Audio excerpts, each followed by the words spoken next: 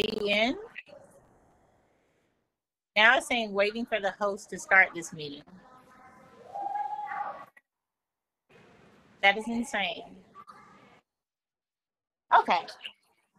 That means that you're going to have the best freaking Zoom interview of your life when stuff like that happens. Okay, let's see. No, I mean, I laugh at stuff like that. Okay, let's see. Leave and join. I think we're good. Hi, Cedric! Yes!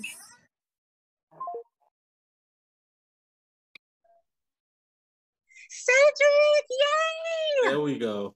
Can you hear me? Can you hear me? I can't. I'm trying to get it to come through my headphones. Come on, you. Uh-oh. What happened? Hold on. Let's see what happened. There we go. All right. Can you hear awesome. me? Can you hear me too? Yes. Yes, I can hear you perfectly. I'm so sorry. I had to speak for Ford today in Orlando, and I leave from Orlando to go to Nashville tomorrow. So I did not want to miss you. So. Okay. Well, thank you. Good. You're welcome. This is exciting. I've been waiting to speak with you. And likewise, just let me know if it's too loud in the background and all that kind of stuff, and I'll move around accordingly. Oh no, you good to go. Okay. So this is a Vivid Mind podcast, the official podcast of my luxury lifestyle brand, which is called Young and Cultured. Okay. One of my things I like to do is I like to inspire other entrepreneurs to go after their dreams, to go after the things that they are envisioning in their mind. And I like to do that by talking to other entrepreneurs. Sure. My pleasure. So you came highly regarded by the infamous DJ Rodski. And if he gives a recommendation, I take it. Awesome. Well, he is a very good friend of mine, and I mentor him in some things. So whatever I can do to help the other entrepreneurs, I'm here to help. Awesome. All right. So just to break the ice, because I know you don't have a whole lot of time, just to break the ice. Oh, you're fine now. You're fine. Take your time. Okay. So we're going to play a little game. Okay. All right. This game is called Dumb Questions for Smart People. Okay. All right. Do I get to ask the dumb questions? You know that? We'll try that another time. Okay. All right. So, first question. Do you consider yourself lucky or always prepared? Always prepared, because opportunity, in my opinion, favors the prepared. If I'm prepared, opportunities abound wherever I go. Wow. Okay, then. All right. What's the most interesting thing we could learn about you, but it is not on your resume? I would probably say that I am an introvert by nature. I like to read a lot. I like to read autobiographies too, because what I learned at the age of 12, if you read an autobiography, you get 80 years of experience from a person's life in 200 pages. So you don't have to make the same mistakes they make. So that's not in my autobiography. Like, it's not nowhere in my write-up. But when I want to find out how successful people do things, I read their books. Wow. Okay. Smart sentiment. That I should have expected that though. Are you a fan of superhero movies or comics? Yes. Okay. Well, I got a geek question for you. Are you ready? Okay. Who would win in a battle? Okay. To the death versus. Okay. All right. Between Iron Man and Batman, who would win? Iron Man. Why Iron Man? Because even though Batman has the superior intellect, Iron Man has the will. And sometimes it's not about how smart you are. It's not about your absolutely laid out plan. It is your sheer determination to make it happen. And Iron Man has that. Batman, when things get a little tough, Mm-hmm. he's gonna call Robin. Iron Man's gonna go in the distance for himself. Okay. All right. I have no quarrels with that. Now there may be some people who comment on this on YouTube who feel otherwise. I know, but it was my choice. It was my choice. That's very true. That's right. And there's power in choice. Absolutely. Okay, so what I want to do now is I want to take a second and I want to go back. I want to go all Okay. the way back to the emphasis of whom you are, the two people who Yes. created you, and where were they when you appeared? What was they doing? And how did that shape you? So, and how did that shape me? So, my mom had me when she was 19 years old as a freshman in college. And I thank God every day that she made the choice to keep me because she didn't have to. Mm-hmm. She was a double major in chemistry and biology, and Whoa. that could have kept her from graduating on time, but she was blessed to have a mother and a father who allowed her to leave Tuskegee and come to Spring Hill College so that she could finish on time.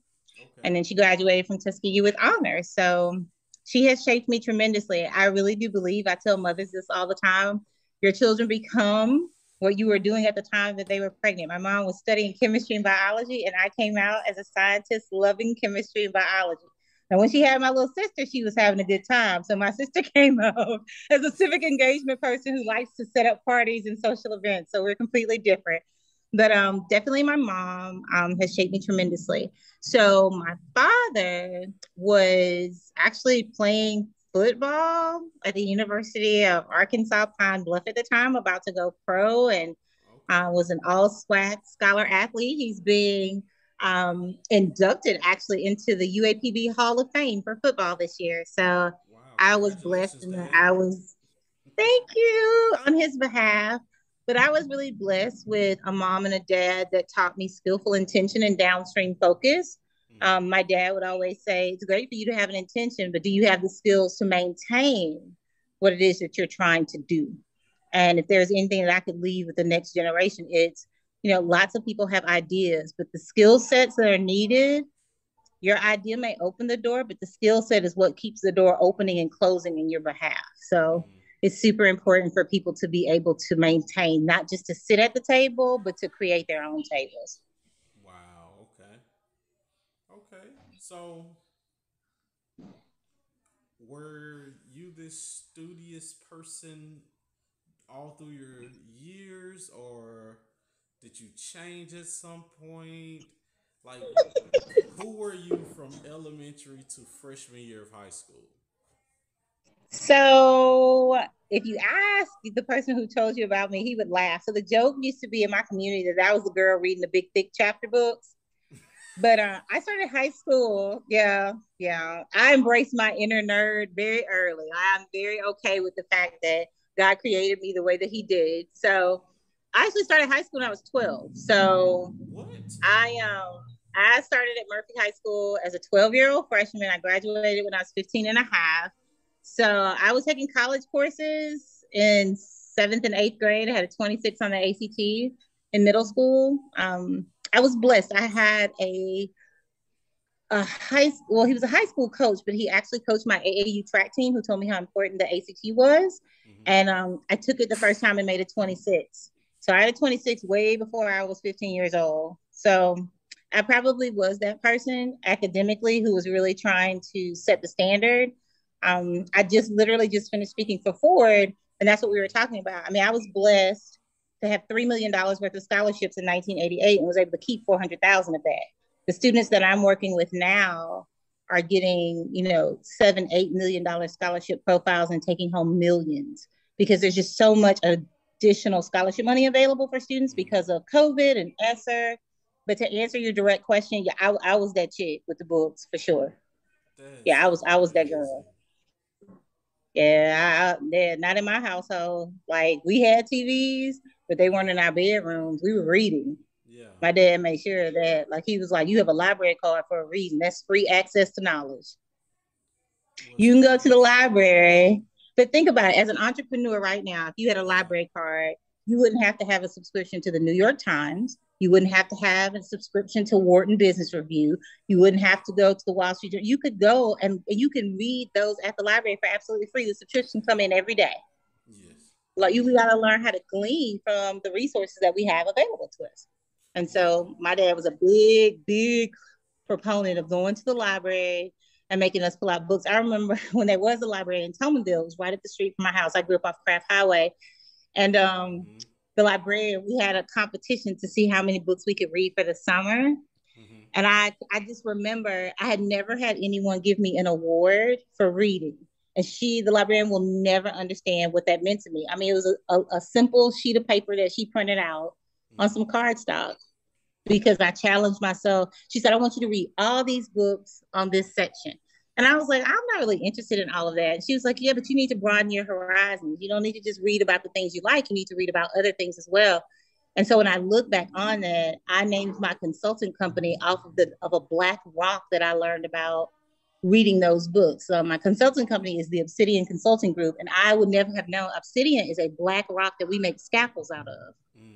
They just silver plate them because at the time it wasn't cool for black to be used to cut people with.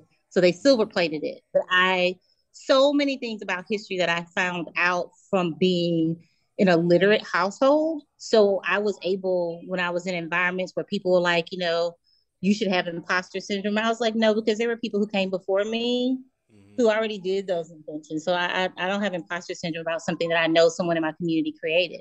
I would have never known those stories had I not been reading because it wasn't being taught, particularly in the schools that I went to. So I just was blessed. I had a family who was like, here are the inventions that African Americans made. Here are the inventions that were made from people with other cultures.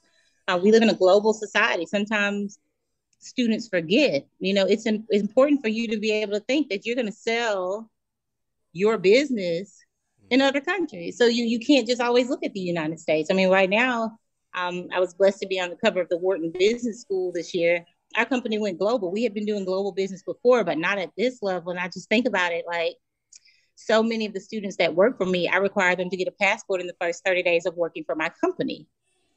And they're like, why? I was like, because if I'm a global company, how can I send you to promote me if you don't have a passport? But you want to be international. Exactly. You can leave, but you're not coming back in. So we have to think that way. And we have to groom the generation under us to think that way if we want our community to be different and better. So do you actually leave room for your newfound people that you take on to make mistakes and fall flat? Absolutely. I need them to fall flat. Like, most importantly, I need them to fail forward. So I am a big believer in growth mindset. Okay. And all of the students that come to work for me. So like I have students who come through my ACT prep program. If they do very, very well, I employ them at $25 an hour, but I also make them start their own LLC in business. So I have now a conglomerate of businesses that are under my business. I'm like, well, why would you make me do that, Ms. Belle? I was like, for tax purposes. For the fact that you're setting up an enterprise, because you're not going to always work for me. At some point, I want you to be working with me. And I want them to fail. If we don't prototype, if we don't pilot, how would I even know what you can handle? I'm not going to put weight on you until I see what you can hold. Yeah. So I'm the one that's going to give you the 500 pounds to lift. And I'm going to watch you strain. And then I'm like, nah, you need to go back down to 325. We're going to build back up to 500. But you will never know the capacity of the people around you unless you give them the opportunity to shine. And I'm one of those leaders where them outshining me that's the goal. Okay. The goal is for them to do better than I do. I'm totally comfortable in my own skin. I don't need to decrease their light for my light to be brighter. I want them to shine. That's amazing. Thank you. Amazing. So, wow, you make so many questions pop up. So, at what point? Oh, before I say that, let me say this. I just want you to know, I took the ACT one time. What? That was no. It. I took it once. Why? Because I wasn't really like, it's something my mom mentioned to me more than once. But you know, when parents talk to you, you listen, but you're not really listening. So Right. I got into Upward Bound, and they gave Yes. me a free certificate to take the test. I was not Yeah. prepared to take the test. Oh. I only kind of knew what I was getting into. Um, Oh. yeah. So in the I'm tenth grade, sorry on behalf of our entire community because that should never have been. I just want to say I'm sorry for whatever community you were in yeah. that let you do that. But okay, go ahead. I digress. I didn't even know that it was gonna be roughly about 3 or 4 hours. So yeah, the only thing that was for sure was my mom made sure I ate. She did do that. So I ate, and I am historically I am known as most of the time I'm one of the most intelligent people in the room. However, I Right. am terrible at I was terrible at taking Watch tests. how you speak about yourself, Yeah. sir. I was Saying. terrible at taking tests. So at the time, in the 10th grade, I made a 21. And that was with Okay. no preparation. And everybody was looking Not at me bad. like, hey, you can go to school with that. So I just stopped. I was like, okay, well, I'm good. I didn't Well, know. did you get a full scholarship though? Man, Did you have to pay for school? I got a piece of a scholarship to Tuskegee. No, sir. No, sir. Yeah. So let me just put that in perspective for you. The national average is a 21 right now. So the national average has not gone up at all, right? But my average ACT score increase is 5 to 10 points. If you had a 21, you could have came to my class and ended up in the 30s. What that meant for you being accepted to Tuskegee with a 21, you were going to have to pay something. If you had a 28 or higher, Tuskegee would be paying you to go to school. Exactly. And I didn't even know about you then. I've been doing this for 30 years, so I don't know. I don't know how. I've been I'm gonna doing be this since I was honest. 12 years old. I spent all 4 years at Maddie Thomas Blunt High School. And I was helping people at Maddie T. Blunt High School. Sure was. I started this Yeah, company in 1988. I graduated in 2009, and those whole four Okay. years of me being there, nobody. I heard about ACT prep, but most of it was like teachers who really couldn't help me. You know. Yeah, and like I said, I do want to apologize to you for that because I'm big on certification. So I'm actually certified by the ACT because our score increases are so high, and it's important. Like I tell people all the time, you can have a person who can really do something, okay, but being certified means that a group of your peers have reviewed what you do, and that you are in, you know what I'm saying, in you're at the top of your game. So when I tell Yes. people, it's a difference between having somebody do your roof and somebody who's certified to do your roof. So I Yes. have an obligation, not only to the student, but also to ACT to make sure that these students are getting the best prep possible. Yeah. So And that. how that happens, a lot of my students get flagged. So their score goes up more than 5 points.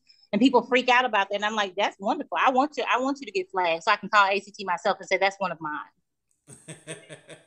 Okay, then. Yeah. That's what we want, right? That's That's one right. of mine. That's Okay. right. I'm gonna put my name on you with these scholarships you're about to get. Mm-hmm. See now, you being that type of person all the way since 1988, um, there aren't very many of you.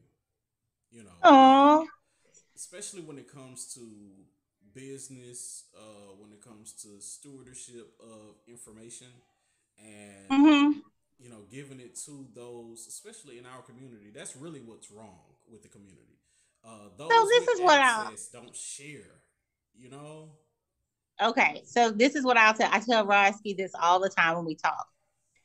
It didn't take 8,000 Sojourner Truths, it took one. Mm-hmm. So if everyone did the one thing that they were called to do for the community, Mm-hmm. everybody's not called to bring scores up 5 to 10 points. Lots of people who do ACT prep, but everybody Mm-hmm. doesn't have the same call, doesn't have the same mission, right? Mm-hmm. So what I tell people is you meet people when you're prepared, right, Mm-hmm. for the lessons they're about to bring your way.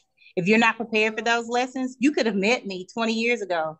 And if you had no desire to raise your ACT score, you wouldn't have listened to anything that I had to say in the first place. That's Correct? correct. So, what I found, the more I set myself on a path to help more people, the more people I met who were just like me. Mm-hmm. So I was never limited in that. Do you see what I'm saying? Oh, I So get you. sometimes people will be like, well, case in point, I don't know anything about doing a podcast. I don't know anything about what you're doing right now. That's your area of expertise. What I teach students to do is to have skillful intention and downstream focus. I would never try to become an expert on podcasts when I'm on a podcast with an expert. That is a waste of my time and energy. What I need to do is connect with you so that your expertise and my expertise brings synergy, right? And I think what happens in our community, right, is we don't know how to coexist, right? Because if I see somebody that's doing better in ACT prep than I am, I want to know what they're doing. I want to join with them. I want to make things better because the end result is that everyone in our community gets to go to college for free.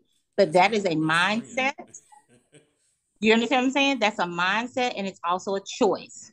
And it takes a lot of courage for you to be vulnerable enough to say, I'm not the best at everything. And you can't be the best at everything. Because if you're trying, that means you're a master of nothing. Well, you know what they say? They say, because I'm going to be honest about that phrase. When I was younger, my godmother's mother, which was like a grandmother to me, she is an educator, became a principal by the time I graduated. Awesome. That's a phrase she said to me when I was 16 years old, trying to figure out what I'm trying to do. She was like, I have all these different things that I use because, you know, the words say when God gave the man 5 talents and seeing how he used it, he doubled his amount of talents. You get what I'm saying? Right. So that's just always been me. I've found one thing, I do it to a high level, and then if there's no reason for me to use that, I go find something else of purpose that still connects to it, but I'm just not doing that. But see, the key that you just said was living on purpose, right? So God has the ability to use your gifts to make room for you. All rooms are not the same.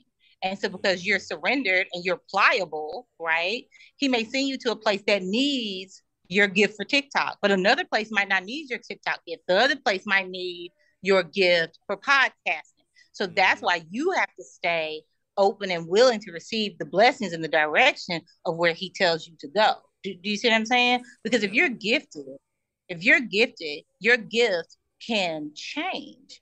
It can grow. It morphs. It shouldn't be stagnant. It metamorphosizes. Yes. What it does.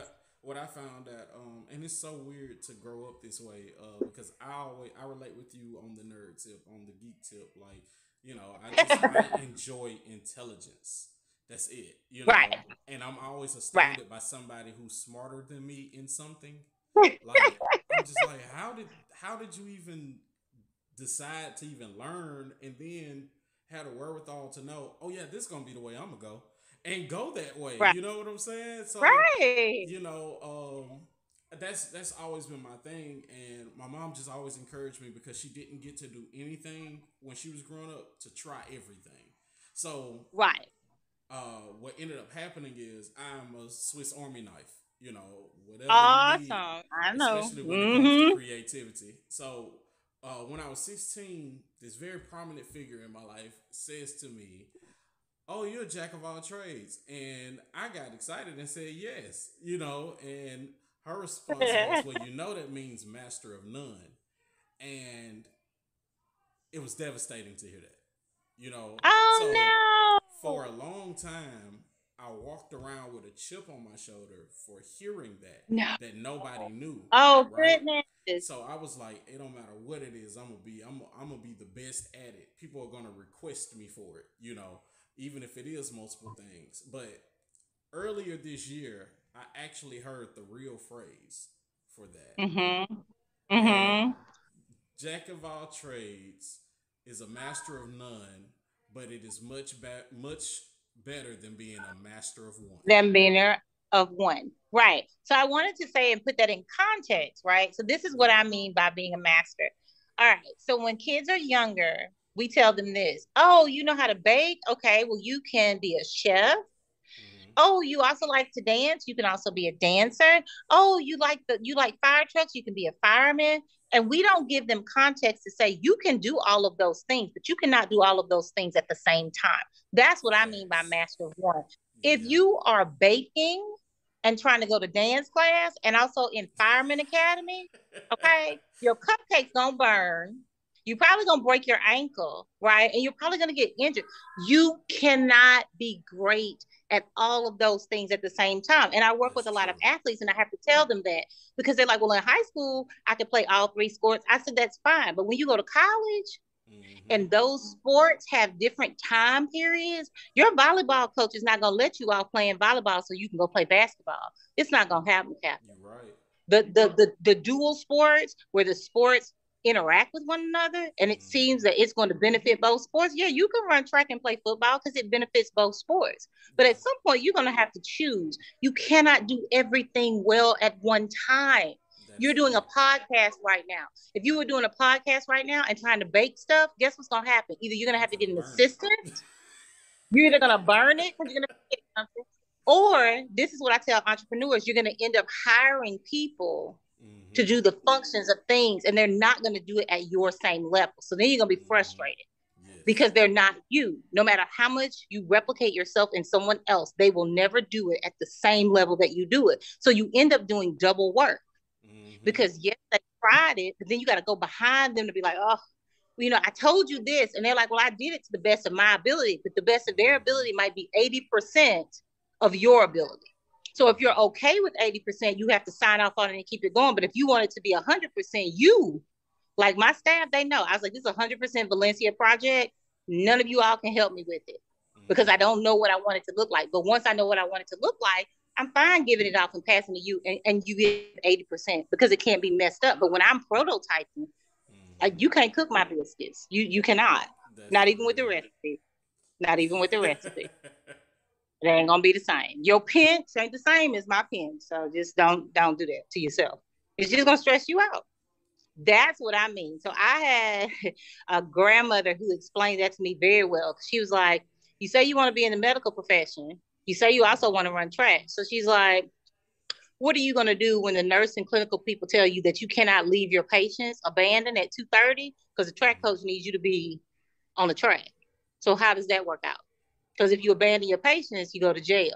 If you don't show up Mm-hmm. for track practice, you lose your scholarship. So so Mm-hmm. so tell me how you're going to advocate for yourself at 15 years old when you're getting pulled in two different directions. That's what I mean by being a master of none. Because what happens, you're gonna shrink. Yeah. You're either gonna make yourself pull yourself in so many directions that you're not functional, right? Mm-hmm. Or you're gonna choose one over the other and something's gonna get left out.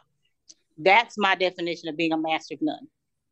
And I feel like that's a clear definition. That makes a lot of sense to me. You Um, can't show up. You can't show up like that. Like you are young in culture. You can't be young and have a definition of young that's completely different than the definition of culture because you couldn't even put mm-hmm. those two things on the same shirt. That's correct. That's correct. And most people, they think. I'm glad that you mentioned that. They actually think that they're contrary. But when I explain to them the definition, see, that's why they have a dictionary. They give you all of the words that match certain phrases. So in this case, young as in not age, but as in energy, being Yes. energetic, being able to be a go getter, and cultured as in of the knowledge. Your experience taught you something that you can't pay for. So it And that cultured you. is why we have to make sure that when we meet people, we allow them to bring their authentic selves to the conversation and we let Mm-hmm. them operationalize their definitions, right? Mm-hmm. So I'll give you an example. Like I just spoke here in Orlando for Ford, and it was funny. Um, Someone asked me what it was like to be a young black entrepreneur. And before I could say anything, I said, tell me what your definition of black is. Okay. And they were like, what do you mean by that? I said, okay, so if your definition of black means that I came from an environment that was low SES, where my parents were not educated, where I wasn't surrounded by other entrepreneurs, I don't fit that. That definition doesn't work for me. I lived in a zip code where there were five entrepreneurs on the left side of my street and six entrepreneurs on the right side of my street. Mm. So I was surrounded by 11 people from the time I was born who owned their own business, different types of business. But I wasn't in a devoid situation where we had a truck driver across the street. You know what I'm saying? Mm-hmm. We had a mechanic up the street. We had a contractor at the top of my cul-de-sac. You know what I'm saying? We had Mm-hmm. owner operators. things. So even though they may have been in different industries, I still was surrounded by business people. Yeah. So when I was like, your definition of what it is to be a Black entrepreneur, I'm not the person for you to talk to. That bootstraps thing you talking about, Yeah. I didn't have to go and get equity capital. I learned how to grow my business without debt because that's what I was surrounded by. Those people owned their businesses. No one else had 10 or 20% of their equity partners. They were owners and they passed those businesses down to their children. And now their children are 100% owners of their business. That's what I know about being a Black entrepreneur. Anything outside that definition, I'm the wrong person for you to talk to because I don't want them to take my voice and generalize it to all Black female. And that's not how that works. You want to meet Valencia? I tell you all kinds of stuff about Valencia, but I can't speak for every Black female entrepreneur because they didn't experience what I experienced and I didn't experience what they experienced. That's correct. You got to be careful with them generalizations. They get people in a world of hurt. When I say it gets people in a world of hurt, oh, oh, well, she's successful. How'd you do it? Oh, I went out and I borrowed $5 million in equity capital on something I don't even know that works. You think that that's the way. You go out, you mess up your credit, you borrow $5 million. Now you mad at me. I was like, but were you in the same context when you borrowed the $5 million? Mm-hmm. You got to look at all the factors. See, just like if you were playing a sport, you don't have the equipment, you trying to block people, and you don't have the right shoulder pads, you're gonna come out broke up. That's true. But it doesn't mean that you didn't train. It don't mean you didn't train. That's true. But they don't give us, like, that's what I mean by lack of information. You were in an environment that basically pollinated you to bloom into a beautiful flower. Do you get what I'm saying? You had cross-pollination from all these different areas. However, most of us are in dry gardens. You get what I'm saying? If it is an entrepreneur, they may have the business side down, but it's not legal. You get what I'm saying? Okay. So this is what I tell people in situations like that: become a zero path. Do you know what a zero path is? It's a plant that grows with little water at all. And if you know that existed, you wouldn't even know that that's possible. Now, I grew up in a neighborhood. Don't get me wrong. Now, we had plenty of people that was doing stuff they had no business doing, and the hair care salons out of people's kitchens because they refused to pay. So I mean, but that's in industry. It doesn't make a difference whether you're Black, white, yellow, or red. That's human nature. There are going to be people who do things by the rules, and there are going to be people who try to circumvent the rules. There are value producers, right? And then there are value takers. If you learn how to be a value producer, your business will always work. If you're only out there to take and consume, your business will not stand because you will have no creativity whatsoever. So that when obstacles and adversities come, you will not be able to pivot. You have to be able to pivot. And so when people say, again, when I say opportunity favors the prepared, my parents knew nothing about biotechnology. You know what I'm saying? The things that I'm doing now in user research, they didn't know nothing about that. How would they know? But I was with parents who said, if you don't know, baby, and you can't find it in a book, I'll go reach out to somebody who'll try. I mean, there are a lot of things that are coming up right now in our community that we really don't have the mentors for it, like esports. That's a perfect example. You can go to school right now with a full scholarship with esports. Now, I got plenty of kids I know that can play the games, but none of them are talking about creating the games. So I won't send them to college at a place with an esports scholarship if you're not interested in creating the game, because guess what? What if you win? And now, you know what I'm saying? Xbox wants you to now create this new game, and you don't even have the capacity to think, I could own something. You just want to play. So part of that is, if you want it, I'm just want to believe if you want it, God will open up the doors for people that may not look like you, that may not live where you live, but they have the right heart and the right spirit. They'll help you. Sometimes, and I tell people that, and it kind of hurts their feelings. I was just like, some of my biggest tears have been shed from hurt from my own people. That's true. When all I was trying to do was to help you get to where I was 5 years ago. Yeah. Not where I am, because your business base is not talking about, and you don't want right. Your business base is where I was 5 years ago. You hadn't even gotten to that part yet, but you don't want to listen. You don't want to glean from wisdom. So sometimes people who are not ready, like, to be in business, you need a coach, you need a mentor, you need people who will tell you what you need to hear, not necessarily what you want to hear, right? And so, like, I'm in a situation right now. I mean, I never would have thought I'd been on the cover of the Wharton Business School, and people are like, oh, well, she must know a lot more about business than she does. I said, no, I didn't go to Wharton Business. I don't have an MBA from Wharton. My advisor has an MBA from Wharton. I don't, but I got an award from Wharton for what I'm doing. Okay, very, very, very clear to people. Like, oh, I have to get advice at that level because you know what? I'm gonna be the first billionaire in my family. Amen But to that don't that. mean I can't glean from the millionaires that were in my family. Do you see what I'm saying? But Mm-hmm. they never got there. It's a different tax bracket. There are different expectations.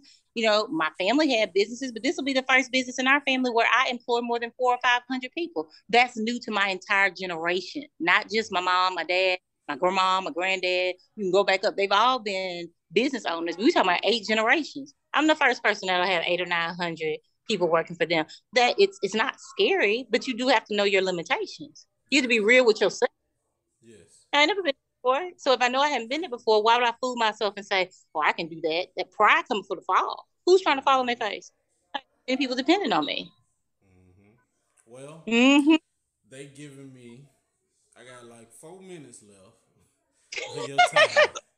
Um, before this Zoom stops, but it's so many things I could say. Because I marveled at you, and I Oh, thank honestly, you. I wish I could study under your tutelage. Anytime. All of my contact information. And I tell people all the time, if you're intentional about it, now you're gonna have to kind of give me some leeway because I do a lot of stuff all over the world. But if I give you my word that I'm going to do something, trust me, like today with our webinar, you would have to have known that something was going on. You know what I'm saying? Yeah. I am intentional with my time to not give you 100. I couldn't give you 100%. I would have told you, listen, I'm at 10%. I don't have anything to give. You have to be honest about that. But I'll be more than happy to mentor you in any way that I can and to help you, your children, and your children's children. Hey, that's what I love. I roll. You about that That's how life I too. roll. I can tell. It's a yes. That's how that's All how I right. So roll. with these last 2 minutes, what would you like Mm-hmm. to say to all these people out here who you have sparkled in their faces? What lasting message would you like to leave them with? Okay. My last thing to them would be bet on you, even when other people are not betting on you. You know the goals, the visions, the dreams that God has put inside of you. Many people will not understand your vision because the vision wasn't given to them, it was given to you. So all they're seeing are snapshots, but they don't see the whole motion picture. You're the only person that's going to see it from start to finish. And because they cannot see it does not mean that it's not real. When people told me it was impossible for you to do that, the things that they were saying were impossibilities were things that I have now mastered years ago. Sometimes you have to change your mental environment. You don't have to change your physical environment, but your mental environment has to change. Like people are like, oh, Miss Bell, you know, you're always making roses grow through concrete. I said, at some point, I need you to understand that you don't even need to plant yourself under concrete. You got to think differently because the amount of energy it's going to take for you to constantly be fighting against that concrete, you could just go somewhere else and grow. Go where you are celebrated, not where you're tolerated. Mm-hmm. And that may be a very different place than you are right now. I'm not saying environmentally, I mean in your mind. If the Mm-hmm. people around don't see the greatness in you, find another tribe.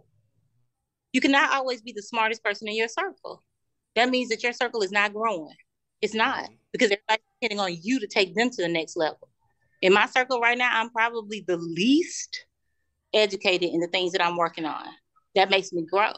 And understand that you got to learn how to wear people like loose clothes. If you still wearing the same sweater you had from the third grade, something's not right. You can go get that same sweater in a bigger, but something you're not growing. And that's the thing. People won't be honest with themselves to assess where they are. Growth has nothing to do with how much money you're making. You can make a lot of money and still not have grown at all. What are your vision boards? What are your dreams look like? What plans have you made? And what are you giving back? You're not giving anything back? I don't think you're successful at all. I think you're selfish.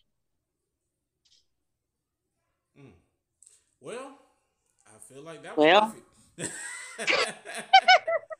Well, thank you so much. thank you so much for actually, jumping on this call with me, and I will most definitely stay in contact with you. I'll probably be reaching out to you once a week. I'll be the Oh, annoying for sure. little brother. Um, but to all No of my worries. people who've been following me, thank you for tuning in to a Vivid Mind podcast, the official podcast of luxury lifestyle brand young and cultured. And I like to bid all of you, including my guests, a live humble and prosper. Awesome. Thank you again for the opportunity. I'm really blessed to have been given it. Thank you. Bye.